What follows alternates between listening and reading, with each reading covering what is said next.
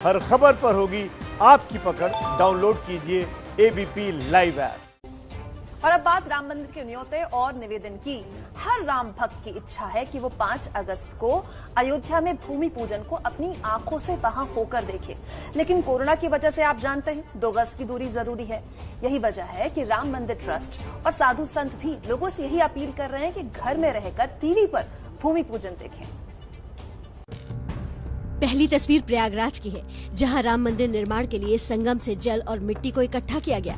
दूसरी तस्वीर गोरखपुर के गोरक्षपीठ की है, जहां से पावन मिट्टी और जल को अयोध्या के लिए रवाना किया गया।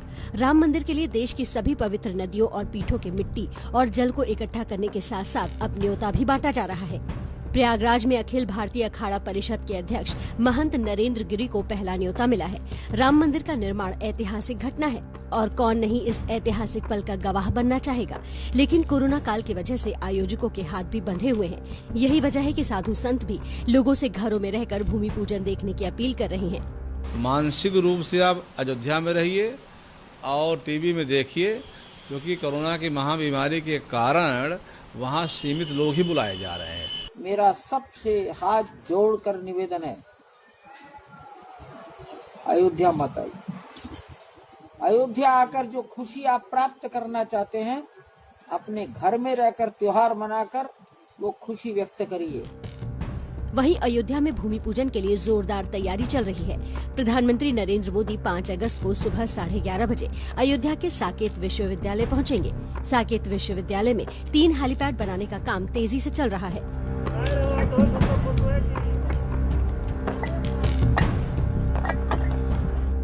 पूरे अयोध्या में रंगाई पुताई का काम चल रहा है।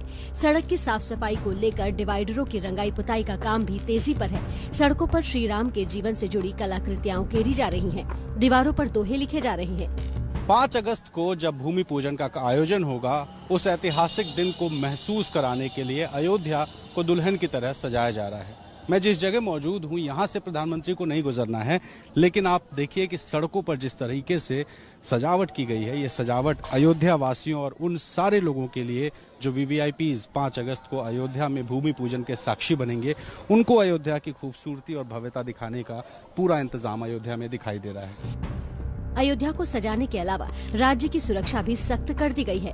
पूरे उत्तर प्रदेश को 5 अगस्त से लेकर 15 अगस्त तक हाई अलर्ट पर रखा गया है। अयोध्या में मंदिर निर्माण की तैयारी जोरों पर है, तो सुप्रीम कोर्ट के फैसले के मुताबिक मस्जिद बनाने की तैयारी भी शुरू हो गई है। मस्जिद के लिए ट्रस्ट का गठन भी हो गया है, लेकिन अयोध्या के संत कह रहे हैं कि बाबर के नाम पे मस्जिद ना ही बने। सुप्रीम कोर्ट के आदेश पर यूपी सरकार ने रौनाही क्षेत्र के धन्नीपुर गांव में 5 एकड़ जमीन सुन्नी सेंट्रल वक्फ बोर्ड को दी है। अब वक्फ बोर्ड ने यहां मस्जिद बनाने के लिए Indo Islamic cultural foundation trust बनाया है। इस ट्रस्ट में ज्यादा से ज्यादा 15 लोग होंगे, जिनमें 8 का नाम फाइनल किया गया है। सुन्नी सेंट्रल वक्फ बोर्ड के अध्यक्ष जुफर फारूकी ट्रस्ट के अध्यक्ष होंगे। लेकिन ट्रस्ट बनाने के साथ ही अयोध्या के संतों को लग रहा है कि कहीं ये मस्जिद बाबर के नाम पर न बन जाए, इसलिए विरोध की आवाज भी उठने लगी है। लेकिन अगर वहाँ मस्जिद बनाते हैं तो मस्जिद गैर इस्लामिक होगी और कहीं न कहीं से घूम फिर करके बाबर का नाम आएगा, जो मुस्लिम भारतीय मुस्लिम के लिए कलंक होगा। अयोध्या में राम मंदिर के भूमि पूजन में यूपी के पूर्व सीएम कल्याण सिंह को भी न्योता मिला है। अयोध्या जाने से पहले कल्याण सिंह ने 6 दिसंबर 1992 को याद किया, जब विवादित ढांचा गिरा था। कल्याण सिंह के मुताबिक उन्होंने कार सेवकों पर गोली नहीं चलाने का आदेश दिया था।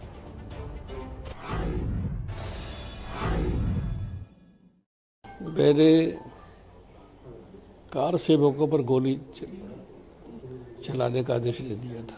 मेरे लिखित में आदेश दिया था कि जिस बिंदु तक अयोध्या की स्थिति पहुंच चुकी है, उसमें गोली न चलाई जाए। गोली चलाने के अलावा जो कुछ भी अन्य उपाय हो सकता है सब किया जाए। और मुझे इस बात को कहते हुए गर्व होता है कि मैंने एक भी कार सेवक के प्राण नहीं लिए। मेरे ऊपर कार सेवकों के हत्या का कलंक का टीका नहीं लगाया। मैं साफ सुथरा हूँ। सरकार चली गई, इसका कोई मलाल नहीं है। मैंने जैसे राम के प्रति मेरी श्रद्धा है, मेरी आस्था है और मैं ये मानता हूँ कि किसी व्यक्ति की किसी के प्रति आस्था या श्रद्धा हो, उसके काम के लिए बड़े से बड़ा बलिदान भी छोटा होता है। मैं स्वयं 4 अगस्त को एक दिन पहले अयोध्या पहुंच जाऊंगा और 5 तारीख को भूमि पूजन के अवसर पर वहाँ पर उपस्थित रहूंगा। मेरे लिए ये बहुत खुशी का विषय है, इतनी खुशी के जो शब्दों में उनको वर्णन नहीं कर सकता है। अयोध्या में राम मंदिर के निर्माण की वजह से छत्तीसगढ़ का कौशल्या माता मंदिर भी सुर्खियों में है। कौशल्या माता का आशीर्वाद देने के लिए खुद राज्य के मुख्यमंत्री भूपेश बघेल पहुंचे। अयोध्या में राम मंदिर का निर्माण शुरू होने वाला है, ऐसे में कौशल्या माता को कैसे भुलाया जा सकता है। यही वजह है कि छत्तीसगढ़ के मुख्यमंत्री भूपेश बघेल पहुंच गए राजधानी रायपुर से सटे चंद्रखुरी गांव में। चंद्रखुरी माता कौशल्या का मायका है और प्रभु राम का ननिहाल। मुख्यमंत्री बघेल ने परिवार के साथ कौशल्या माता मंदिर के दर्शन किए।